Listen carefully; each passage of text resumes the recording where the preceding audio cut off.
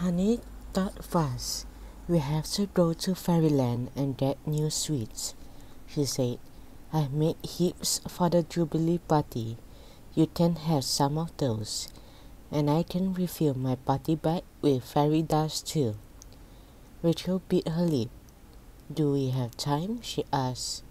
Mrs. Twist needs the sweet right now. Do not worry, Honey assured her.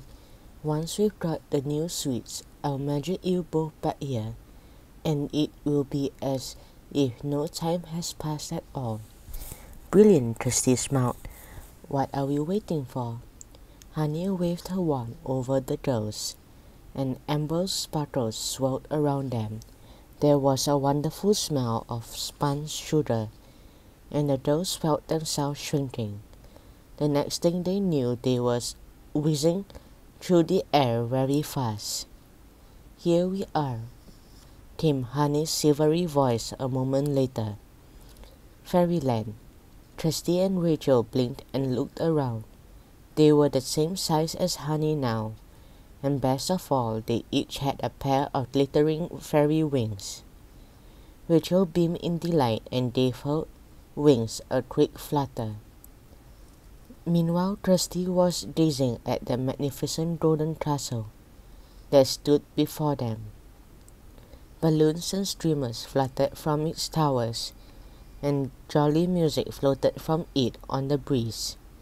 There was the most delicious smell of baking in the air too. Wow, exclaimed Rachel. Who lives here? Nobody lives here, Honey giggled. This is our party workshop. Kirsty's eyes widened. Bertram showed us some of the inside, but I never realized the outside looked so lovely, she said. Still, I suppose we are in Fairyland. I should have known it would be gorgeous, she added happily. Honey pushed open a golden gate. This way, she called. The girls followed her into the castle. This is Cherry's bakery, Honey told them, as they walked through a large sunny kitchen. Kirsty licked her lips. There were trays and trays of scrumptious chocolate cakes, strawberry tarts, cream sponges, blueberry muffins, and lots more. Some fairies were carefully mixing ingredients, while others were icing the cakes with intricate Jubilee designs. Look, Rachel gasped suddenly. There's the goblin who spoiled your birthday cake, Kirsty. I'd forgotten the fairy godmother had sent him here. The girls watched as the goblin carefully piped pretty icing flowers onto the cake. And to think he spent all that time spoiling cakes, Kirsty whispered to Rachel, when actually he is quite good at making them look beautiful. Cherry the cake fairy fluttered over. I thought it was you too, she smiled, pressing warm jam tarts into the girl's hands. Try these, they're made from a new recipe with fairy blackberries. Thank you, Kirsty replied, watching the fairy blackberries glitter with a magical purple light. They were so pretty, Kirsty thought. It was almost a shame to eat them. Yum, Rachel said with a mouthful. This is the most delicious jam tart I've ever tasted.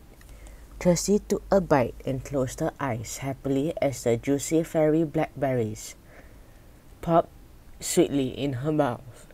Then Honey led the girls through to another huge room filled with brightly colored balloons. There were twinkling fairy lights strung all over the high arched ceiling, and shining silver streamers swirling in mid-air. But least of all was the fountain of glitter in the middle of the room, which sparkled in the colors of the rainbow. Fairies were collecting the glitter in pots and then stacking them to one side, while Grace, the glitter fairy, fluttered above, organizing her helpers. As soon as she saw the girls, she winked and waved her wand at them. sending a wall of pink glitter shooting towards them in a heart shape. Rachel and Kirsty smiled and waved and then followed Honey through another door. They found themselves on a golden balcony overlooking a magnificent hall. "We saw this bit when Bertrand came to see us," Kirsty remembered. "Look, there's Melody the music fairy and the frog orchestra. It was wonderful to see how many frogs smartly dressed in red waistcoats and playing their musical instruments." "There's Bertram," Rachel whispered, giving him a wave. Bertram was so excited to see the dolls that he tooted his boodle in all the wrong places through happy jubilee. As he tried to wave back, Kirsty suddenly noticed that there was somebody else in the great hall too. The fairy godmother. The girls held their breath as she flew over to greet them. "Hello again, girls," she smiled. "Have you and Honey been having a goblin trouble by any chance?" "You could say that," Honey agreed, and she told the fairy godmother what happened in Mrs. Twist's sweet shop. The fairy godmother chuckled. "Those wretched goblins," she said. "Well, you'd better take Mrs. Twist some magical sweets for her shop. That will make her customers happy again." "Thank you," Kirsty breathed, her eyes shining. The fairy godmother's eyes twinkled as she looked at the dolls' happy faces. Then she lifted her wand and waved it over their head. "Fly, fairies, fly," she said, "and keep up the good work." Rachel was just about to reply when she felt herself swept in a warm magical breeze. It lifted both dolls off the ground and whisked them along through the air. The fairy godmother waved as they drifted away. Honey laughed. She too was caught up in the gale. "It's a magical wind," she cried in delight. "A special fairy breeze that would take us to Sweet Factory."